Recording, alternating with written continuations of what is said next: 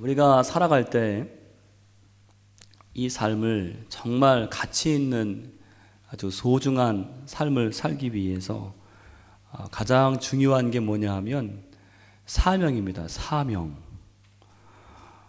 우리 각자에게 다 사명이 있어요. 하나님이 여러분 각자에게 가지신 다 목적들이 있는데 그 사명과 목적을 아는 것이 중요합니다. 그러면 사명이 뭘까요? 사명이 무엇이겠습니까? 사명은 쉽게 말해서 내가 온 목적입니다.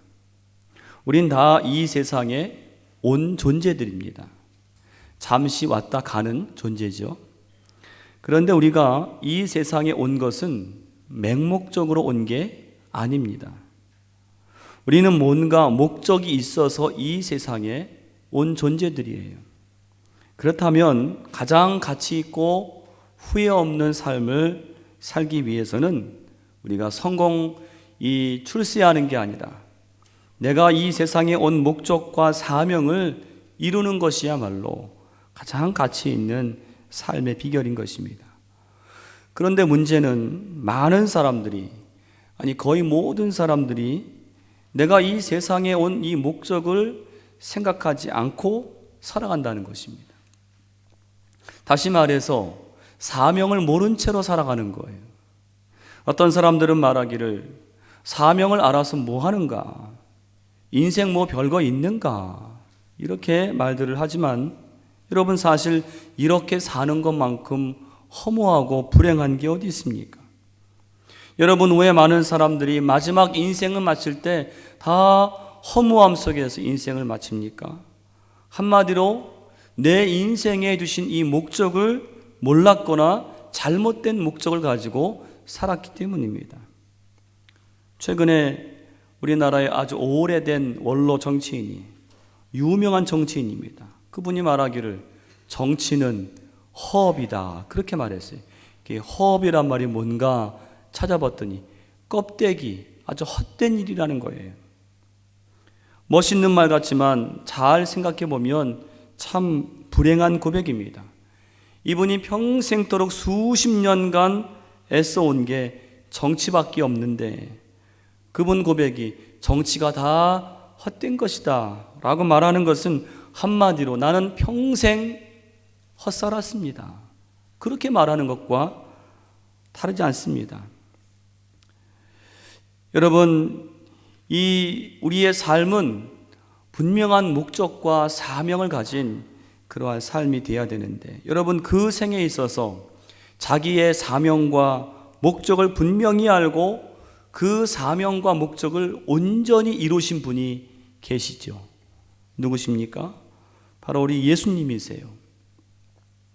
성경에 보면 예수님이 아주 종종 사용하신 문구가 하나 있는데 뭔가 하면 내가 온 것은, 또 인자가 온 것은, 이런 말씀을 자주 하세요. 요한복음 10장 10절에 보니까 이렇게 말씀하십니다. 도둑이 오는 것은 도둑질하고 죽이고 멸망시키려는 것뿐이요 내가 온 것은 양으로 생명을 얻게 하고 더 풍성히 얻게 하려는 것이라, 그렇게 말씀하세요. 또 마태복음 20장 28절에 보니까 인자가 온 것은 섬김을 받으려 함이 아니요 도리어 섬기려 하고, 그렇게 말씀합니다. 또 누가복음 19장 10절에 보니까 인자가 온 것은 잃어버린 자를 찾아 구원하려 함이니라, 그렇게 말씀하십니다. 여러분, 예수님이 내가 온 것은, 인자가 온 것은, 이게 무엇입니까? 바로 나의 사명은, 내가 이 땅에 온 목적은 이 말입니다. 바로 예수님은 33년의 짧은 생이었지만은 내가 이 세상에 온 목적, 내가 가진 이 사명을 한시도 잊지 않으시고 오늘 그 사명을 온전히 붙들려서 그 사명 온전히 이루셨다는 이야기입니다. 여러분, 그렇다면 오늘 우리의 삶은 어떤 삶이 되어야 합니까? 오늘 우리의 삶도 예수님처럼 오늘 그냥 저냥 살아가는 삶이 아니라 예수님과 같이 사명을 알고 온전히 이루는 그런 삶이 되어야 할 줄로 믿습니다. 오늘 세 가지로 함께 은혜를 나누고자 합니다. 첫 번째로, 사명이 없는 사람은 한 사람도 없습니다. 사명이 없는 사람은 아무도 없습니다. 사람들이 흔히 생각하기를 사명은 특별한 사람들만 가지는 것이야. 그래서 나 같은 사람은 사명과는 아무 상관이 없지 않은가라고 생각합니다. 그런데 여러분, 정말 그럴까요? 여러분은 이 사명과 아무 상관이 없습니까? 사명이 없는 인생이 있을까요? 한번 생각해 보세요. 사명이 없다는 것은 이 세상에 온 목적이 없다는 말과 똑같은데 정말 그렇습니까? 여러분 생각해 보세요. 이 세상에 목적이 없이, 사명이 없이 그냥 존재하는 것은 아무것도 없습니다. 우리의 모든 이 피조 세계 다 돌아보면 다 그 목적과 사명들을 가지고 있습니다. 목적을 가지고 이 세상에 온 것입니다. 여러분, 아이들 동화 중에 강아지 똥이라는 동화가 있습니다. 골목길 담구석에 이 강아지 똥이 놓여 있습니다. 이 강아지 똥에게 아무도 눈길을 주지 않습니다. 날아가는 새도, 길가에 뒹구는 흙덩이도 이 강아지 똥에게 더럽다고 외면합니다. 다 떠나고 이 강아지 똥만 혼자 남습니다. 그런데 아무짝에도 쓸모없는 존재라고 생각하던 이 강아지 똥에게 놀라운 일이 생기지요. 봄비가 내리는 어느 날 이 강아지 똥은 민들레 싹을 만납니다. 민들레 싹을 만나서 거기에서 자기를 희생하고 자기가 거름이 되어서 귀엽고 아름다운 민들레 꽃을 피워내는 거예요. 이 강아지 똥은 자기 몸이 산산조각이 나고 완전히 녹아서 사라져 없어질 것을 알면서도 이 민들레 뿌리를 꼭 끌어안고 이 꽃이 피어날 수 있게 자기의 모든 것을 내어주는 것입니다. 보세요. 아무짝에도 쓸모없을 줄 알았던 강아지 똥도 자신이 누군가에게 꼭 필요한 존재가 될 수 있다는 것을 깨닫게 된 것입니다. 여러분, 이 동화가 주는 메시지가 무엇입니까? 이 세상에 목적과 사명이 없는 사람은 한 사람도 없다는 거예요. 다 있습니다. 다 목적을 가지고 사명을 가지고 이 세상에 왔다는 이야기입니다. 날 때부터 이 등이 굽은 그런 것을 곱추라 그러죠. 곱추 여자아이가 있었어요. 곱추. 이 아이는 외모 때문에 창피해서 17세가 되기까지 한 번도 집 바깥에 나가본 적이 없습니다. 대단하죠. 얼마나 이 자기 몸에 열등감을 가지고 있든지 학교에도 가지 못했습니다.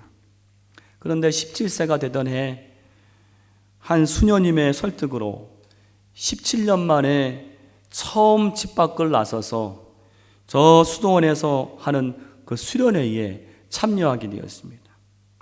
그때 강사가 강의를 하면서 성령님에 대해서 강의를 하면서 이렇게 말했습니다. 자, 이제부터 여러분들에게 10분의 시간을 드릴 테니까 다 나가십시오.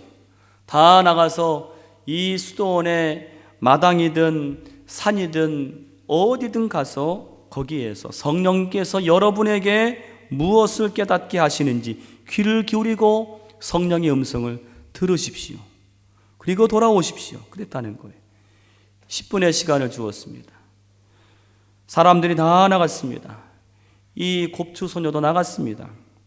다른 사람들이 다 재빠르게 산자락이며 좋은 나무 아래에 다 자리를 차지했습니다.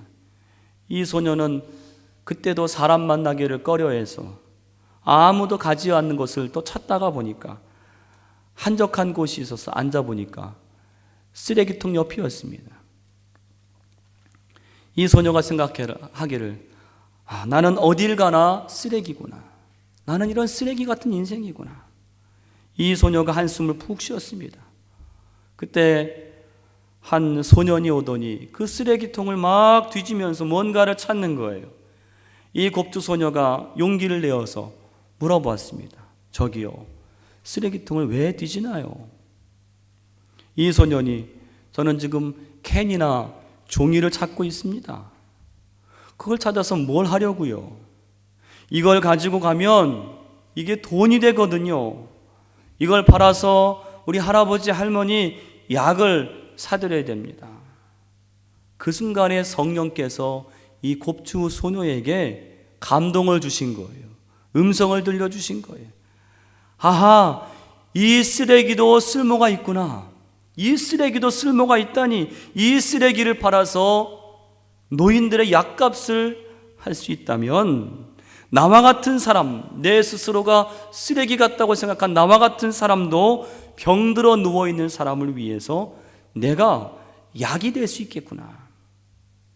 이 소녀가 마음으로 결단을 내린 뒤에 양로원에 들어가서 그 힘없고 약한 노인들을 위해서 열심으로 봉사했다는 이야기입니다. 여러분, 값진 인생 아닙니까? 어떤 인생이 값진 인생입니까? 내 삶에, 내 인생에 주신 그 목적과 사명을 깨닫고 결단하는 인생이 여러분 가장 복되고 가치 있는 인생이라는 것입니다. 여러분, 오늘 이 시간에 성령께 귀를 기울여 보세요. 이 시간 성령님께 귀를 기울여 보시기 바랍니다. 성령께서 우리에게 깨닫게 하시는 것이 무엇입니까? 바로 나를 이 땅에 보내신 하나님의 목적과 하나님의 사명을 깨닫게 하실 줄로 믿습니다. 기억하세요. 사명이 없는 사람은 한 사람도 없습니다. 우리 모두에게 하나님이 특별한 목적을 갖고 이 세상에 여러분을 보내신 그 사실을 믿고 그 사명을 찾으시기를 간절히 축원합니다. 두 번째로요, 사명을 이루기 위해서는 사명 선언을 해야 합니다. 사명 선언. 이 사명 선언이 매우 중요합니다.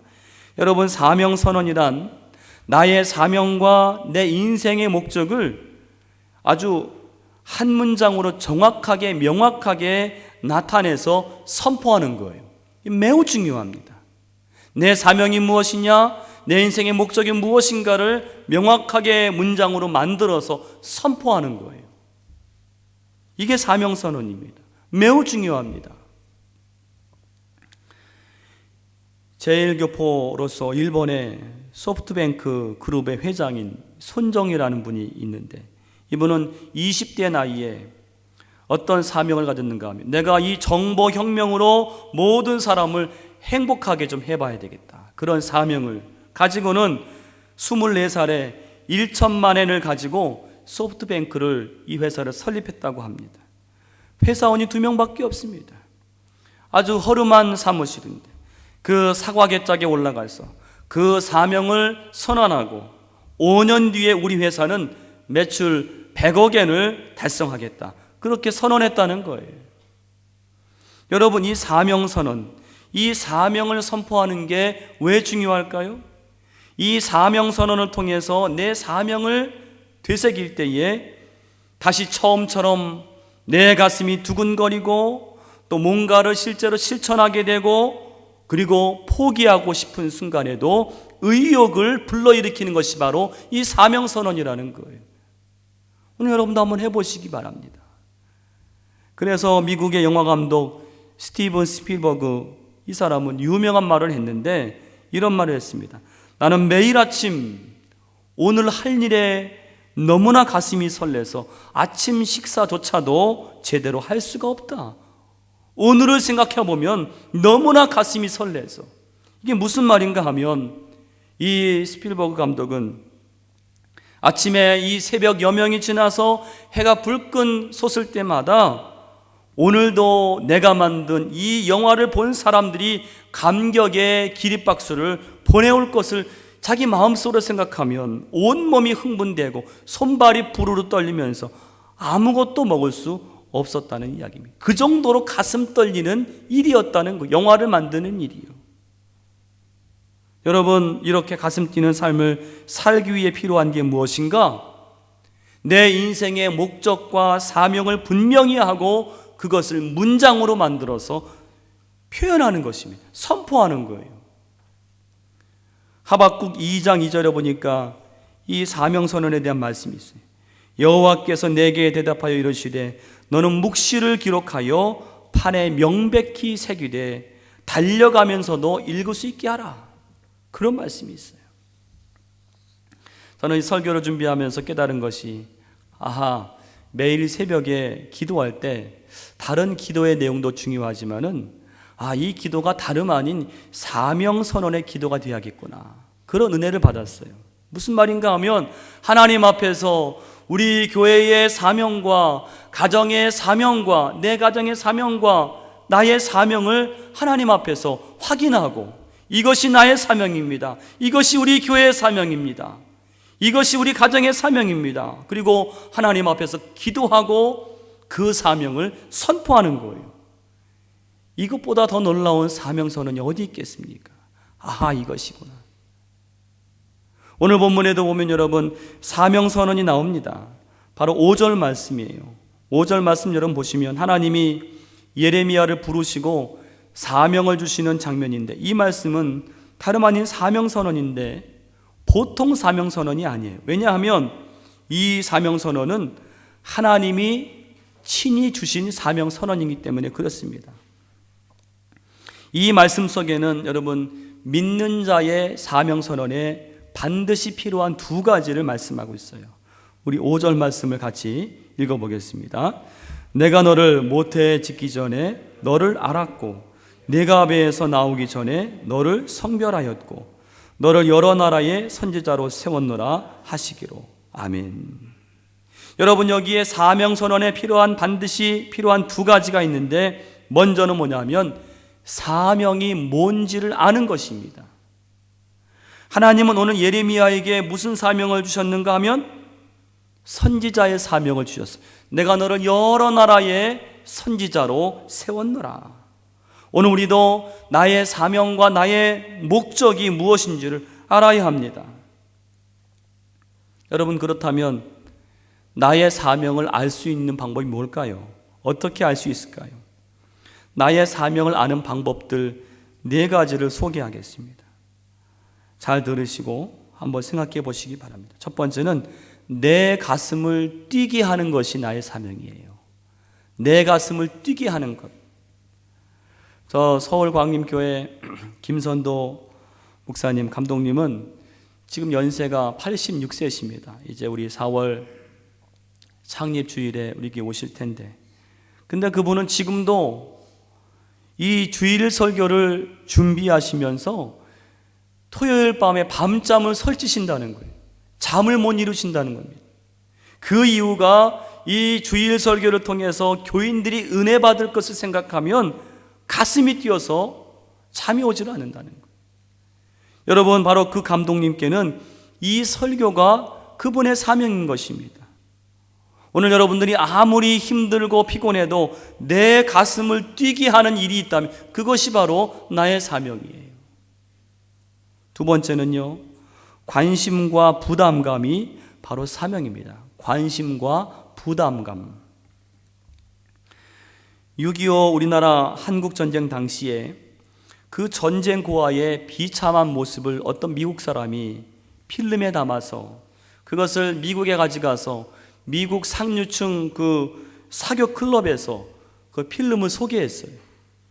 근데 그것을 본 홀트라고 하는 성을 가진 이 홀트 부부가 아주 동정어린 마음으로 그 전쟁 고아들을 위해서 얼마의 돈을 기부했습니다. 그런데 이상하게도 집에 돌아갔는데도 그 부모를 잃고 헤매는 아이들의 그 울음소리가 계속 들리는 거예요.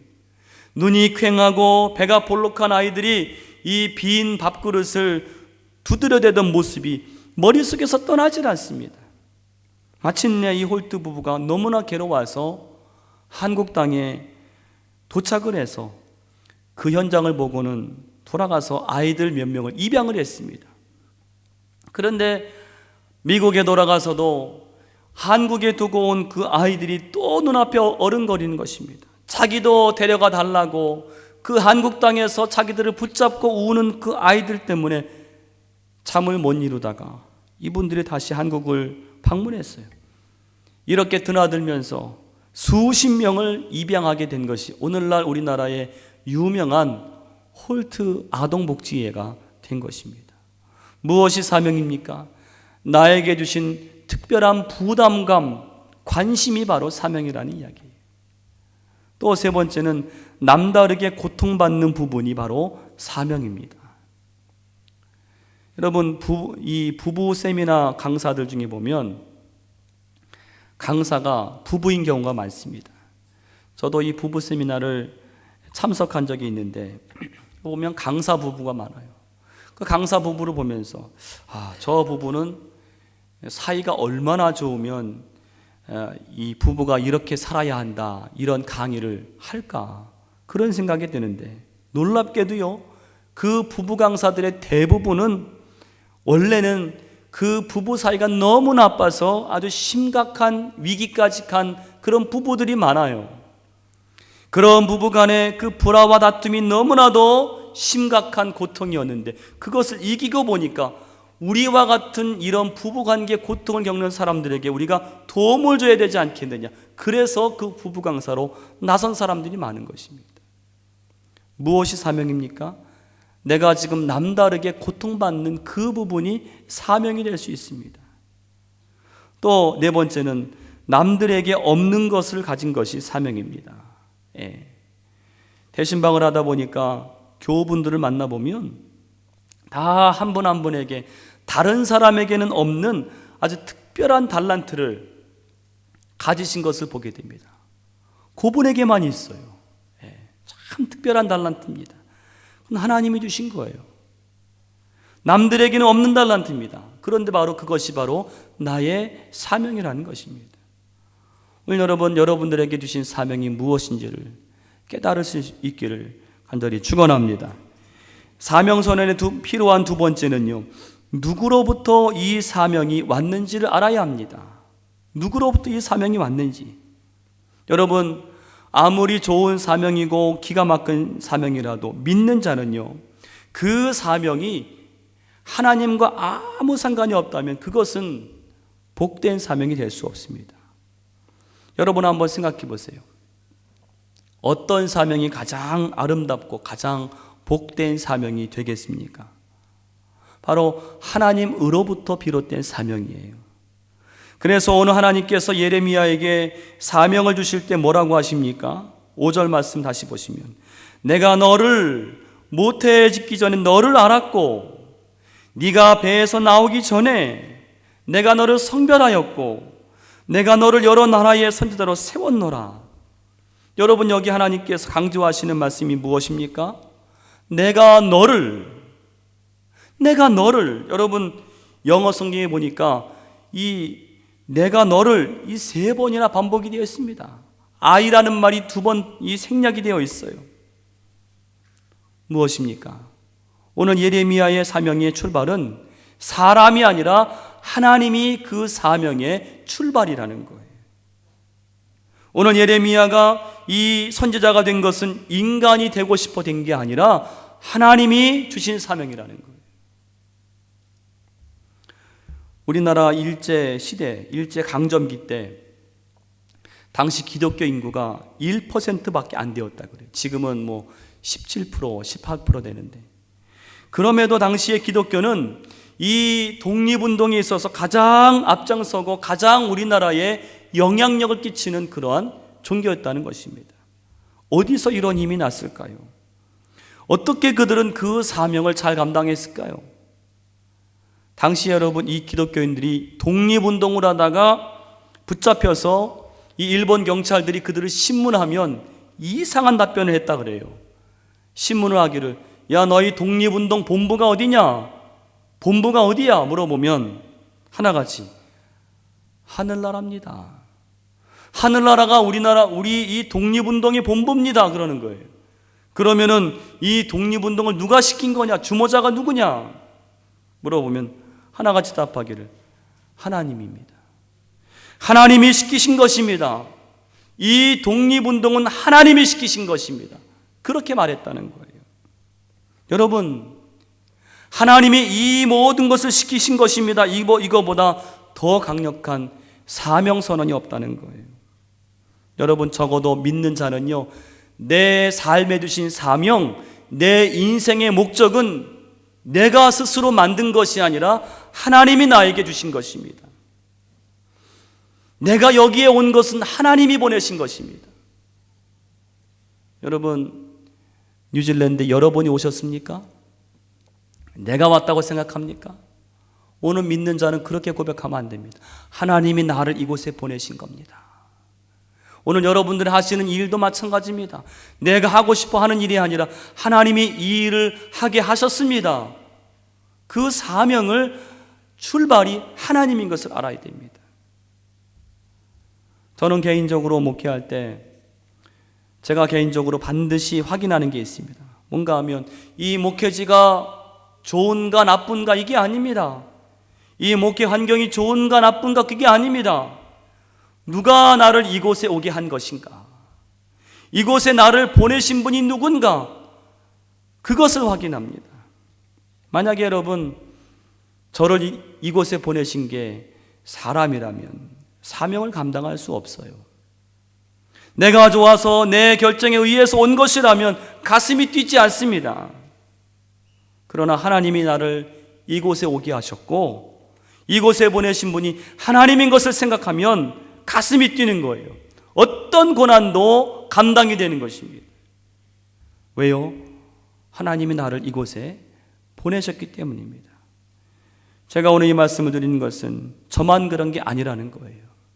오늘 저와 여러분이 이 뉴질랜드에 오게 된 것은, 또 내가 어떤 일을 감당하는 것은, 내가 지금 감당하는 모든 일들은, 우리 가정의 모든 일들은 바라볼 때 내가 좋아서 인간에게서 나온 그것이 아니라 거기에 나를 향하신 하나님의 목적과 사명이 있음을 믿으시기를 간절히 축원합니다. 마지막 세 번째는요, 큰 세 번째는 우리의 사명이 막히지 않게 해야 합니다. 사명이 막히지 말아야 돼요. 중요한 말입니다. 왜냐하면 여러분, 사명이 없는 인생이 없거든요. 여러분에게 다 하나님께서는 목적을 가지고 계십니다. 그런데 왜 어떤 사람은 사명을 이루고 어떤 사람은 이루지 못하는가? 그 사명이 막히기 때문입니다. 왜 사명이 막히느냐? 세 가지가 있습니다. 무엇이 사명을 막느냐? 첫 번째는 내 자신에 대한 부정적인 생각이 사명을 막아요. 오늘 여러분, 하나님께서 여러분에게 나타나셔서 야, 아무개야, 내가 너를 알았고 내가 너를 지었고 내가 너에게 이런 사명을 주노라 말씀하시면 여러분 어떻게 반응하시겠습니까? 저 같으면 두렵기도 하고 그런데 좋을 것 같아요.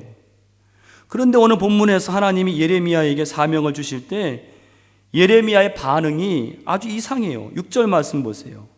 뭐라고 반응하십니까? 내가 이르되 슬프도소이다. 주 여호와여 보소서, 나는 아이라 말할 줄을 알지 못하나이다 하니. 무슨 말입니까? 지금 예레미야는 하나님이 주신 사명이 전혀 기쁘지 않아요. 왜 기쁘지 않을까요? 왜 기쁘지 않을까요? 그것은요, 바로 자기 자신에 대한 부정적인 생각 때문입니다. 예레미야가 뭐라고 말하지요? 나는 뭐라고요? 나는 뭐라고요? 아이입니다. 그래서 말을 할 줄 모릅니다. 여러분, 예레미야가 이 말을 할 때 몇 살인지 아십니까? 18세예요. 18세. 이미 다 장성한 사람입니다. 그런데도 그는 자기를 가리켜서 말할 줄 모르는 아이라고 말하는 거예요. 여러분, 이와 비슷한 장면이 저 민수기 13장에 나옵니다. 무슨 내용인지 아십니까? 거기 보면 모세가요 12명의 정탐꾼들을 저 가나안 땅에 미리 보내서 탐지하게 하는 내용이 나옵니다. 그런데 그들 중에 12명 중 10명이 돌아와서 보고를 하는 거예요. 근데 그 보고를 들은 이 이스라엘 전체 백성이 다 통곡을 합니다. 밤새 울어요. 놀라운 사실은 그 이스라엘 사람들이 나중에 하나도 가나안에 못 들어갔어요. 여러분, 무엇이 이렇게 만들었는지 아십니까? 이스라엘 사람들 자신들에 대한 아주 심각할 정도의 부정적인 생각이었어요. 민수기 13장 33절에 보니까 그 10명의 정탐꾼들이 이렇게 보고합니다. 거기서 네피림 후손인 아낙 자손의 거인들을 보았나니 우리는 스스로 보기에도 메뚜기 같으니 그들이 보기에도 그와 같았을 것이니라. 오늘 그들은 거인이고 우리는 메뚜기입니다. 그러는 거예요. 오늘 본문에 예레미야는 뭐라고 말합니까? 나는 아이입니다. 나는 말할 줄을 모릅니다. 그때 그 10명의 정탐꾼들은 뭐라고 말합니까? 우리는 메뚜기입니다. 우리는 그들을 이길 수 없습니다. 똑같은 말입니다. 똑같은 컴플렉스예요. 하나는 메뚜기 컴플렉스고 하나는 어린아이 컴플렉스입니다. 나는 아이입니다. 그런데 여러분, 오늘 이것이 바로 우리의 모습이 될 수 있다는 거예요. 하나님이 사명을 주었음에도 불구하고 사명을 감당하지 못하는 사람의 가장 큰 특징은 뭐냐면 나를 보면서 나는 아이입니다. 나는 그럴 능력이 없습니다. 나는 메뚜기입니다. 자기에 대한 이 부정적인 생각이 하나님이 사명을 주심에도 그 목적을 주심에도 그 목적을 다 사그러지게 만드는 거예요. 내 안에 부정적인 생각. 오늘 여러분 우리 안에 이 부정적인 생각을 오늘 성령의 능력으로 해결하실 수 있기를 간절히 축원합니다. 두 번째 뭐가 막느냐 하면 부정적인 언어가 사명을 막아요. 부정적 언어. 7절 말씀 보세요. 뭐라 그럽니까? 여호와께서 내게 이르시되 너는 아이라고 말하지 말라. 아이라고 말하지 말라는 거예요. 오늘 예레미야는 나는 아이라 말할 줄을 모릅니다 그랬더니 하나님께 야 너는 아이라고 말하지 말라. 무슨 말씀입니까? 부정적인 언어를 사용하지 말라는 거예요. 여러분 우리 말은요 우리 삶을 얽어매는 힘이 있어요.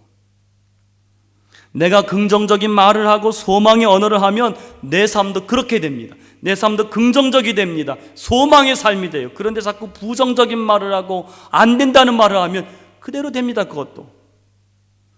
여러분 그래서 우리 주변에요 아주 건강하고 행복한 삶을 살아가는 사람들 가만히 보세요.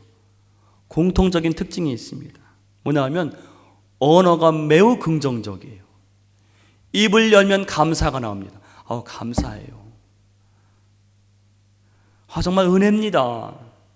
얼마나 좋은지 몰라요. 이런 말들을 자주 합니다. 이런 분들이 건강하고 아주 소망의 삶을 살아가더라는 얘기예요. 반면 어떤 사람들의 대화를 보면 죽겠다. 배고파도 죽겠고 배불러도 죽겠고 졸려도 죽겠고 또 미치겠다. 돈이 없어 미치겠고 일이 안 돼 미치겠고 못 살겠다. 내가 못 살아 아주. 못 살면 어떻게 됩니까?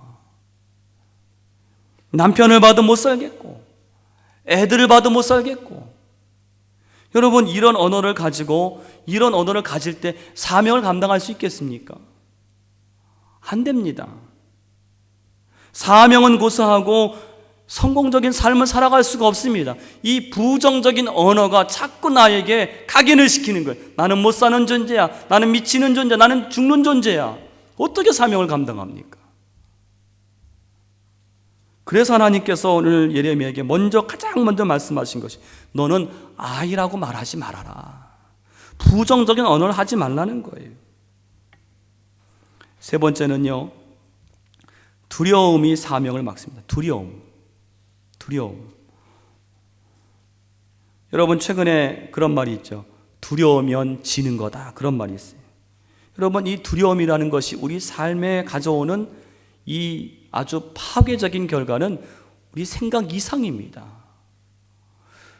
두려움에 잡히면 아무것도 못해요.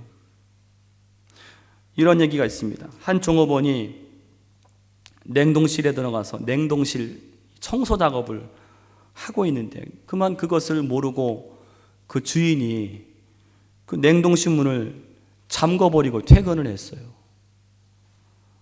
그 다음날 주인이 와서 냉동실 문을 열었을 때 사람이 죽어 있었습니다. 그 냉동실에 들어가 보니까 그 벽에 뭐라고 적혀 있는가 하면 나는 이 냉동칸에서 얼어 죽어가고 있다라는 글이 이 벽에 적혀져 있는 거예요. 그러니까 이 사람이 죽어가면서 나는 이 냉동칸에서 얼어 죽어가고 있다. 그렇게 생각한 거예요. 놀라운 사실은 이 냉동칸이 작동하지 않았다는 거예요. 작동되지도 않은 냉동칸에서 그가 죽어 있었다는 것입니다. 무엇을 말합니까? 이 죽은 사람은 냉동칸에 갇혔기 때문에 나는 분명히 얼어 죽을 것이라고 하는 그 심리적인 두려움 때문에 죽음에 임했다는 거예요. 여러분, 1차 세계대전 당시에 전쟁에 나가 싸운 사람보다 더 많이 죽은 사람이 어떤 사람들인가 하면 전쟁에 나간 그 아들 걱정 때문에 두려워하던 부모들이 더 많이 죽었다는 통계가 있습니다. 여러분, 이 두려움이 가져오는 파괴력은 너무나 무섭습니다. 그러므로 우리가 이 사명을 감당하고 성공적인 인생을 살려면은 이 두려움을 이겨야 합니다. 그래서 여러분, 성령이 우리로 하여금 이 사명을 감당하게 하실 때 가장 먼저 우리가 정복하게 하시는 게 뭐냐 하면 두려움이에요. 오늘 8절 말씀 보세요. 하나님께서 예레미야에게 뭐라고 말씀하십니까? 너는 그들 때문에 뭐 하지 말라고요? 두려워하지 말라. 내가 너와 함께하여 너를 구원하리라. 나 여호와의 말이니라 하시고, 너는 그들 때문에 두려워하지 말라. 두려움을 정복해야 사명을 이룰 수 있다는 거예요. 여러분, 예수님의 수제자 베드로를 보세요. 이 베드로가 여러분, 예수님이 잡히시기 전날 밤에 뭐라고 호언장담합니까? 주님, 다 주님을 버릴지라도 나는 주님을 버리지 않겠습니다. 그런데 예수님이 잡히셨어요. 신문을 당하십니다. 그때 그가 두려움에 사로잡혔습니다. 두려움에 잡히니까 오늘 이 베드로의 믿음이 마비되고 인격도 마비가 됩니다. 그래서 여자가 와서 너도 저 예수와 같은 당이 아니냐 물어볼 때에 그가 3번이나 부인하지 않습니까? 두려움에 잡힌 거예요. 그런데 그가 여러분, 성령의 충만을 받고 나서 그가 벗어버린 것이 무엇인가? 이 두려움입니다. 성령의 충만함을 받고 나서 이 베드로는 여인 앞에서도 두려움에 잡혀서 예수님을 부인하던 사람인데 사도행전 3장에 보니까 완전히 다른 사람이 되었어요. 거기 보니까 자기를 죽이려고 눈을 부라리고 위협하는 관리들과 장로들에게 사도행전 4장 8절에 보니까 뭐라고 말하는가 하면 베드로가 성령이 충만하여 이르되 백성의 관리들과 장로들아, 베드로가 두려움을 이기고 보니까 사명이 감당되고 사명을 이루었던 것입니다. 그 관리들과 장로들에게 관리들과 장로들아 내 말을 들으라 담대하게 하나님의 복음을 증거했다는 것입니다. 여러분, 어떻게 두려움을 이겼습니까? 성령이 충만했기 때문인 줄로 믿습니다. 오늘 저와 여러분도 성령이 충만하시기를 축원합니다. 두려움을 이기시기를 축원합니다. 오늘 여러분, 우리에게 사명이 없는 사람은 한 사람도 없습니다. 하나님이 특별한 목적을 가지고 여러분 이 세상에 보내신 것을 믿으시기를 바랍니다. 그 사명을 발견하셔서 사명을 이루시는 저와 여러분 되시기를 간절히 축원합니다.